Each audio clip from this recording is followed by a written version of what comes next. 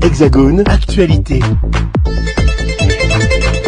Heureux de vous retrouver ici à la porte de Versailles pour le Top Risa, le rendez-vous des professionnels du monde du tourisme avec évidemment de très nombreux pays présents comme chaque année et bien évidemment les régions d'outre-mer. En ma compagnie, Sheila Rampa, qui est conseillère régionale au niveau de la région Guadeloupe. Elle est présidente aussi de la commission tourisme qui remplace évidemment Harry Chalus, retenu sur place en raison des événements créés par la tempête Fiona. Madame, bonjour et déjà, bien sûr, un petit mot envers les sinistrés, envers la Guadeloupe qui a connu tant de dégâts ces jours derniers à cause de la tempête. Tout à fait. J'adresse vraiment toute ma solidarité à la Guadeloupe qui vit en ce moment des heures difficiles.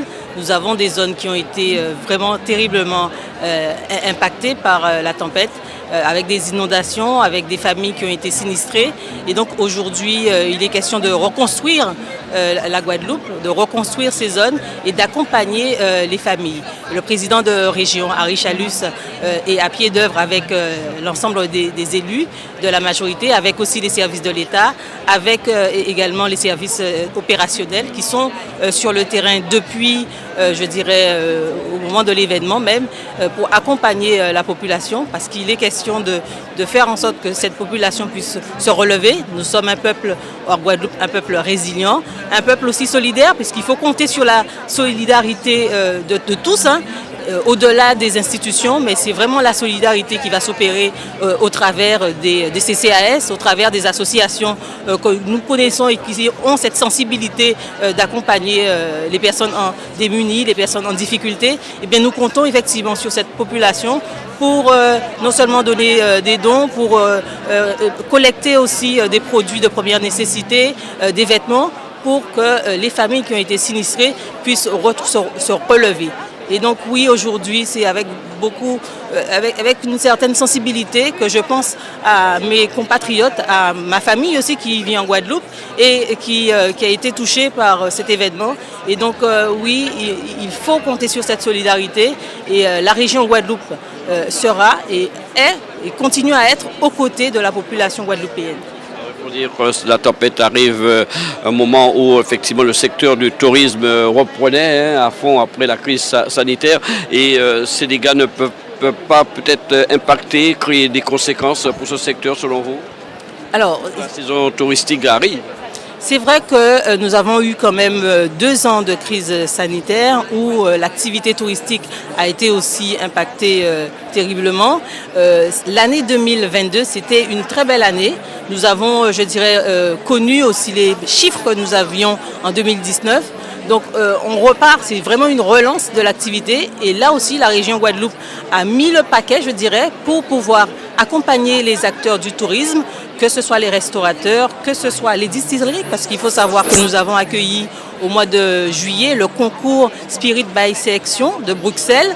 Et donc c'est plus de 130 personnes, 130 experts, jurys que nous avons accueillis en Guadeloupe. Une très belle opération. Je dirais que tous les pays aimeraient recevoir et nous avions eu cette capacité de mobiliser de l'international chez nous et donc effectivement on a une relance parce que la région met en place des actions, des événements pour rendre la Guadeloupe attractive. Et c'est aussi des relais au niveau de l'international qui puissent faire la promotion de nos îles de Guadeloupe. Et je peux vous dire qu'ils ont été ravis de visiter la Guadeloupe au travers de ces îles, puisqu'on a eu à aller à faire le tour des distilleries en Guadeloupe, mais aussi à aller à Marie-Galante. Et j'avoue, c'est vraiment faire passer le message à l'international que la Guadeloupe est une belle île avec des senteurs, avec des couleurs. Et vous voyez, il y a le logo de la région Guadeloupe. C'est le soleil, c'est le bleu de la mer et c'est le vert de la nature. La Guadeloupe, c'est tout ça. Eh bien oui, même si on a ces difficultés parce qu'on subit les aléas climatiques, mais nous avons un peuple qui est résilient, je l'ai dit. Nous avons une région qui est dynamique et qui sait accompagner ses acteurs, qui sait accompagner sa population pour vraiment continuer à rendre la Guadeloupe attractive. Et même si on a ces difficultés, en ce moment, on est à la reconstruction. Ce n'est pas toute l'île qui a été impactée. On a encore des communes qui fonctionnent, des communes où l'activité économique continue.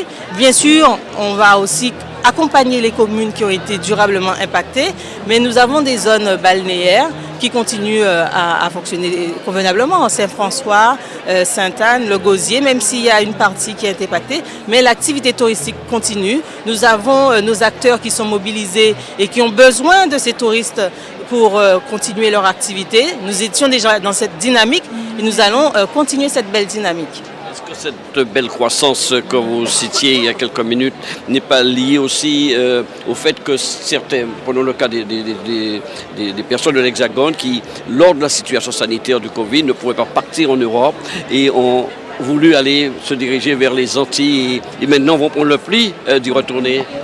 Effectivement, nous avons aussi non seulement nos résidents, parce qu'ils ont joué le jeu pendant la crise sanitaire et qui ont, je dirais, pris cette habitude, puisque c'est vrai qu'on aime voyager, mais la crise sanitaire a permis aussi de découvrir le pays Guadeloupe. Et je pense que quand on découvre son pays, on a envie de connaître encore plus. Eh bien oui, on a pu compter sur nos résidents.